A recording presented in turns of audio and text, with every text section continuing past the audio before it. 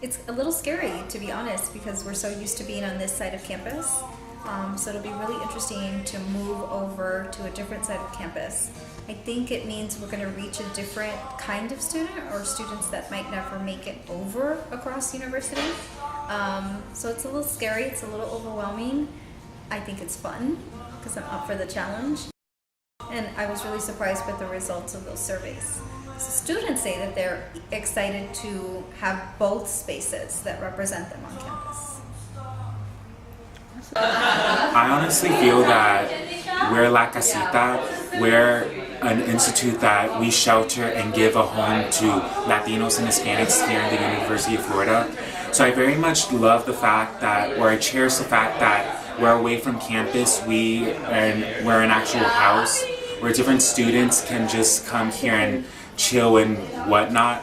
And I feel that the Rice Union, it's very busy, so it kind of takes away that feeling, that really home sense that when you're at the Rice Union, you're there to eat or like just passing by during a busy day. You don't really sit there and like cherish the home you're at and the people you're with. You're there because you have a purpose.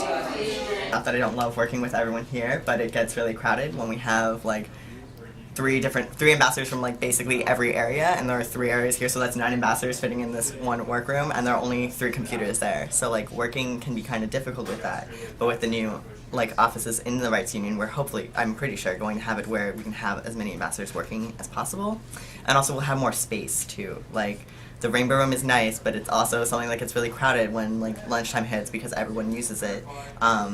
And so by having the space in the Rights, it'll also be more open and more available to students to come in and like be there and like have space and like be able to study and such like that. So it'll be pretty awesome, I feel. I think MCDA being closer together is going to be cool and make our work more efficient and effective. So right now we're kind of occupying 2 different spaces, and our students that work for us don't really get to see each other or work together as intimately and as often as we'd like.